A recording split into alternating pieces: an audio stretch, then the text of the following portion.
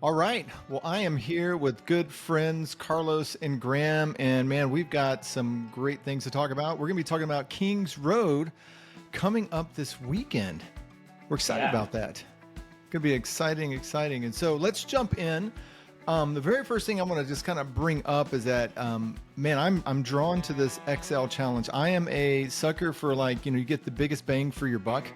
And if I was thinking about registering for something, I would jump in. And I see we've got two different ones, two different challenges here: 210 mile, a 333 mile kind of 323. adventure. So let's jump in and talk about the amazing race that's going to be coming up this coming Saturday. Carlos, take it away. Tell us what you got cooking for us. We're essentially doing the same route for last year that we did for this year that we did for last year. But Graham recently developed a route called Middle Earth. And, I spent a lot of time looking at maps and I just saw this really cute way to link it up with a couple of other routes, link a piece of that and a piece of this, and then drop it onto the Kings Road. And that's how that XL, that mega Kings Road was born, mainly to give riders a little more value, right? They're not just getting one route with their entry, they're getting two routes. Maybe they'll ride it that event, or maybe they'll come out and play with it at a later time. But the whole point was just to give them a little more bang for buck, keep things a little interesting. We've tried to throw some variations in there, but the fact that you do a coast-to-coast ride in Florida and you cross into another state in the process, well, what's not to like about that? Pretty amazing. Yeah, because up and down. Yeah. I mean, that's a wild route. You go up through the zombie fences in Georgia. The Middle Earth is awesome. That's going to be an exciting little addition. I mean, so you're going to have some folks there that are going to obviously, hey, I'm going to race it. I'm going to do the shorter version. I want to go as hard and as fast as possible, which is great. Then you're going to have some folks that are going to, do a little bit more adventure, chill style, maybe over a day or two or whatever. It's kind of this, race. It's your own race, which is kind of the beauty of it. It looks really, really cool. But Graham, you've done that. So tell us, what can people expect out there? I know we talk about zombie things or whatever, but what are some good features that they can look forward to on that longer XL? Well, the long version, which I think a handful of people are trying, is going to go straight north as soon as you start. I mean, it's an immediate split from the traditional Kings Road route. You'll go north up towards Mayo, and then you start heading up north towards Georgia, and these really cool roads over the St. Mary's River, and then loop back down through the Jennings Forest and Belmore, and you end up in Palatka. And then you rejoin the route, the traditional route there, and then finish on the brick road. 33 miles of just pure Florida adventure with a little side of Georgia in there. Just, I think, about 12 miles of Georgia. And you do have to go around the zombie fence that they closed in one of the St. Mary's bridges with these big barriers that it is. You'd see, it's like The Walking Dead. It's really cool. When I first came across it, I was like, holy cow, there's no getting across that thing. But on a bike, you just walk around it. And it's just an old bridge that can't sustain cars, but you're fine as a pedestrian with your bike. But it'll be fun. That'll be fun and unique if some people try that. And like Carlos said, that's something, if you do Kings Road, come back and check that out. Or come do Middle Earth sometime. I'll go with you. Get in touch. Let's go do a couple days. I may go between Christmas and New Year's, but the focus is really on the traditional 210 miles of Kings Road, which I love to do every year. It's such a cool experience. Right.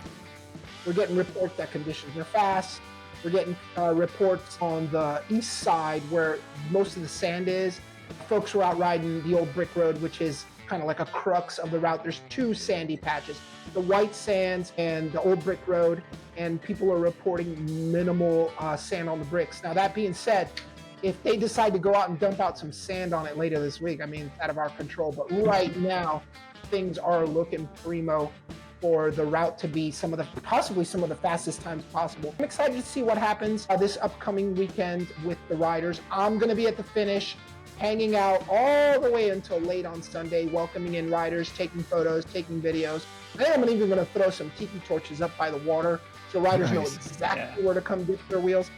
Trying to just make it fun as possible. We got a great little pre-party at Fiddler's on the night before from 5 to 8. We're going to be partying out there, having some fun.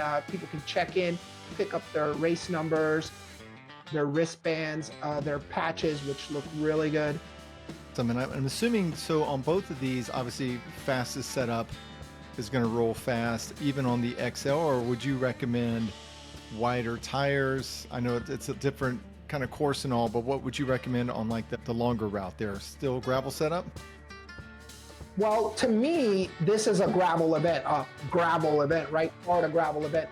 So I would recommend at the most a 50 to 54 millimeter tire, just to stay on a traditional gravel setup. Minimal 40 millimeters. You might have to push a little more than others, but traction should be good throughout. I mean, we're talking about routes that are shenanigan free. You know, there's no bushwhacking. There's route finding is pretty straightforward. It's not like some of the other events where you have like secret trails and holes and patches and trails behind, you know, department stores. It's none of that. It's straightforward. I'm really excited to see what folks do out there. It's going to be super interesting. And Carlos, if I heard you right, you said numbers, right? So everyone's going to be having a signed number they're going to have on them on their bike. Is that something new for you this year?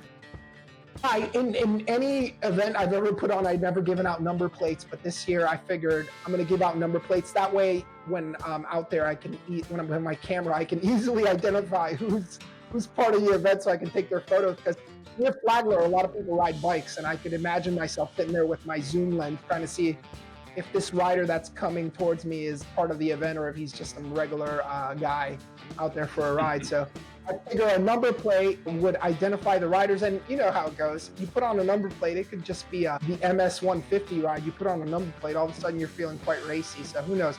May inspire people to push a little harder. You got all of a sudden got a turbo button going on. Well, I know weather condition is looking great, so I agree, man. I think it's going to be a great start, and you know, really this week we're getting some rain now.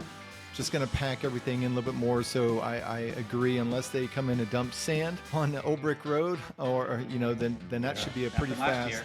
Yeah, it can happen. Remember how fast we thought it was gonna be last year, and all of a sudden, in the middle of the night, you know, well, not middle of the night, but it was dark, and I'm going through here. I'm like, what happened here? It was so sandy. They had just come in to refresh the bricks, you know, and protect the bricks after all the rain, and did that to us like 3 days. Nobody told us. It wasn't bad. It was a couple miles of beach sand is all. Yeah. But I think right now there was quite a few people that went through there on one of Umberto rides. The report was lots of brick, lots of fast times through the brick roads. So hopefully that holds up. Should be trouble free. If someone's listening and watching this throughout the week, and they're like, you know what, I feel like I need to go do that this weekend, Carlos, what is the best way for them? Is it you point them to the website, get signed up? Can they show up and register? What do you suggest? And when you get to singletracksamurai.com, up top you have an events button. You can click on that events button and it'll give you the 5 major events, but you could also just scroll down to the bottom of the front page and you'll see Kings Road right there. You just click on it, it'll have the link that'll take you to the registration page. I'm constantly watching that page, so as registrations go in, I process them right away, meaning I send out the route info, send them everything that where we're at right now. You know, emails are being sent throughout the preparation for the ride. You know, the more the merrier. If you're feeling ready and you've got what it takes to get it done, then I definitely recommend you join the fun. Well, that's awesome. Well, I know, and if you've never done a Carlos ride or a single track kind of race or anything like that ride, just know that, I mean, the courses are really good. They're really thought out. He's ridden these. This isn't something he's just drawing lines and giving you some sort of, I hope it works. I mean, these are great routes, vetted, and you're going to certainly enjoy your time. So guys, let's get everyone ramped up here. Any parting words of wisdom as we roll into this weekend, which is going to be hopefully a great time on Kings Road? What are any? Actually, this is the best way to cross the state of Florida. There's a lot of cross Florida routes, but this is by far the best. There's plenty of store stops. It's very approachable. You don't need some mega bike to do it. I've done it on 35. You know, it's scenic. It's challenging, but you can do it in one day. If I can do it in one day, and I've done it multiple times Billy and I did it with like 6 guys, you know, and it was the most fun. I've done Ironman, I've done all these events, I've done Unbound. Coming through the finish line is like one of the most exhilarating things. And the most exhilarating thing of all of these events I've done has been going over that bridge, going into Flagler Beach and seeing the lights of the city. You can see the pier.